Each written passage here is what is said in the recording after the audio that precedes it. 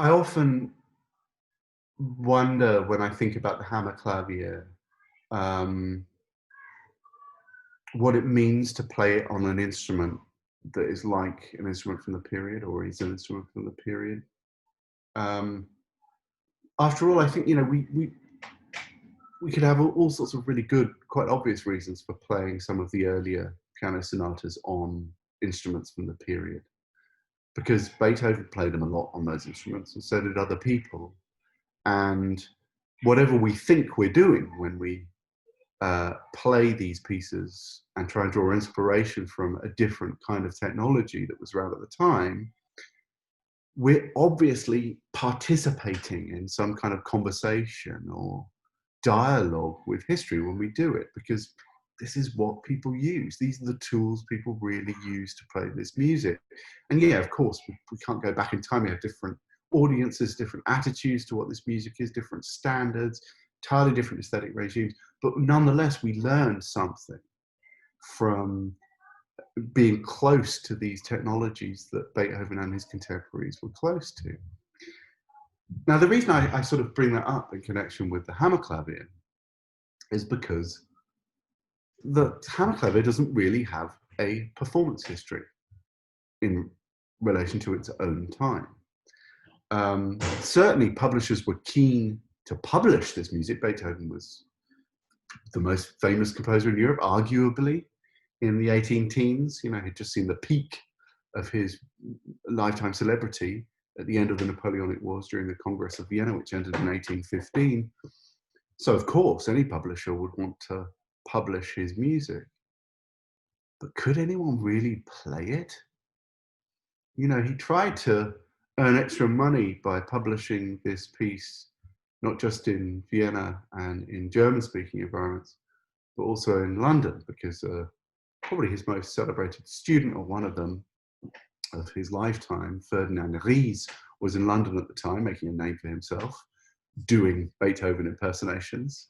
He was described in the press as being a romantic with wild hair who improvised on the piano, and his music certainly does sound suspiciously Beethovenian. And Beethoven asked Ries to shop his sonata around to various publishers. And he got the word back that they would indeed publish his piano sonata, providing they broke it up into two piano sonatas. One, a sort of couple of movements with scherzo, another one, an introduction and a fugue. And of course, we know Beethoven, don't we? So Beethoven would have said, no, absolutely not. My sonata is forever. But in fact, Beethoven said, yeah, that sounds fine. And that's how it was published. It's an authentic first edition of the Hammerklavier sonata, two piano sonatas. One piano sonata length, couple of movements, and another piano sonata length, introduction and fugue, which tells you just how long this piece is. You know, we think of Beethoven as being reluctant to change his music, but he sort of wasn't, particularly when he was writing in such an experimental vein. You know, I mean, I suppose the Grosse Fuge that ends the B-flat string quartet, 830, is probably the best example, where a publisher said, you know what, people who have string quartet parties, they're not going to be able to play this, Ludwig. Can you write us a new one? And he said, okay, and did. You know, this is, after all, publications that are for people. And the Hammerklavier, it's pretty clear that no one really played this piece until the middle of the 19th century. So there is a sense in which the performance history of this piece starts after Beethoven is dead, and actually probably starts with Liszt. Liszt claimed to play the Hammerklavier sonata. Seems he did, although it's not clear he played all of it. Like, it's not clear to anyone who does the research that he actually made audiences or his friends at home sit through all movements of this. It would have been pretty unusual for the time, even in a Lisztian piano sonata recital. Maybe he just played the first movement. It seems that Clara Schumann, Clara Wieck, played it, and her piano recitals got more and more austere as the 19th century progressed, and as she got more and more Victorian. And there were fewer and fewer opera tunes and more Beethoven piano sonatas. It seems like she may have played the whole thing. She certainly had the chops. Perhaps Charles Allais played it when he played the first ever cycle of Beethoven piano sonatas. but it's not absolutely clear. So this brings me back to that first question. You know, it's like, so why are we playing on this on instruments of Beethoven's own time? There is a sense in which, and it's a good reminder, you know, we can't strip away all of those layers of history to get back to something that really was. We're stuck with them. And in a sense, it's because of a much later generation than Beethoven's that we even admire this piece at all. Because it has to be said that everyone at the time thought this piece made absolutely no sense. In part because if you're a reviewer, can you imagine?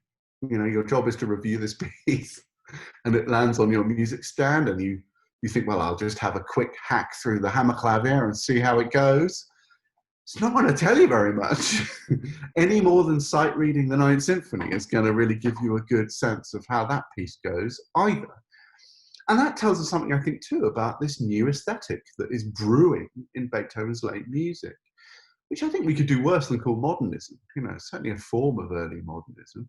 And what that modernism says is, difficult things are good. I like things that are hard to like. The value of things has to be found, right? I'm not going to just tell you what they are. You may not like it on first hearing. You may not like it on second hearing. You may not like it on third hearing. But if you try hard enough, you may like it on fourth hearing. And if you still don't like it, that still could be your fault, right? And I suppose, last of all, you know, the beauty and value of a certain piece of music is something that you have to go look for.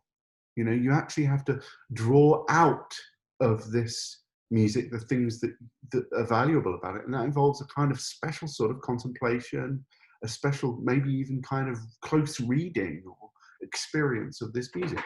And, you know, it's no surprise that in this period, certain media forms appear, like the miniature score, that are oriented precisely toward people who don't want to play this music, they want to think about it more, right?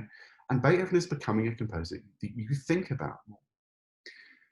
Now, all that said, there is a lot to love in the piano sonata, this big piano sonata, opus 106, on first hearing. There's a lot to love. And in fact, the first movement does a lot of things that late Beethoven does that we love. It's hugely grand. I mean, it starts with this kind of giant sort of Tchaikovskyan symphonic gesture with recoil that tells you, you know, you're in it for the long haul here, right? This isn't going to be a small one, right? Just make sure your phone's off, you know, and sit back.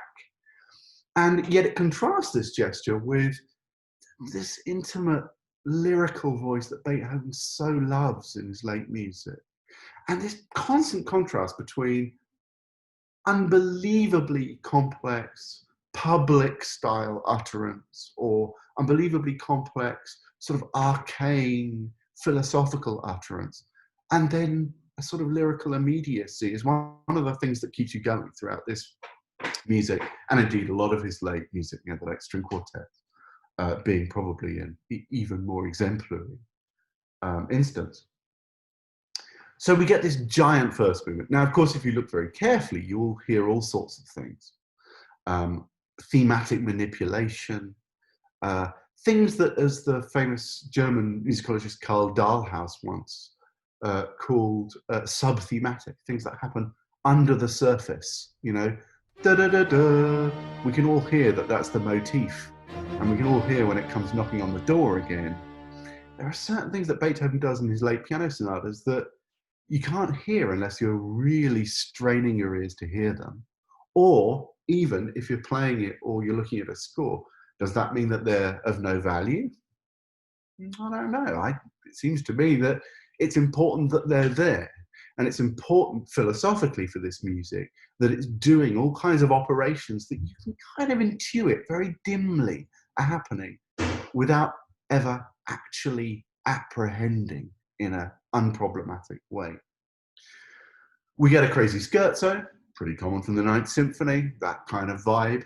We get an absolutely sort of crushing adagio movement, sort of Brahmsian, and its atmosphere of hopelessness and dead leaves, you know. And then we get an improvisation, one of Beethoven's most lunatic, it's really worth looking at it on the page, because you see the real limits of notational technology. There's something he wants to communicate about how to play this that really notation is ill-equipped to be able to tell us. The time signature changes, the tempo changes, the key signature changes, what the basic pulse is supposed to be changing, and yet at no point can you really hear it.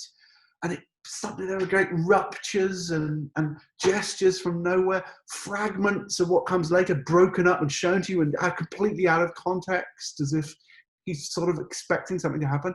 And then we get a fugue. He says it's in three voices with a certain amount of license, right? So that's great, right? Not only have you got to play a massive fugue, but he's going to take lots of licenses as well. And the fugue theme is ridiculous. There's a ridiculous theme.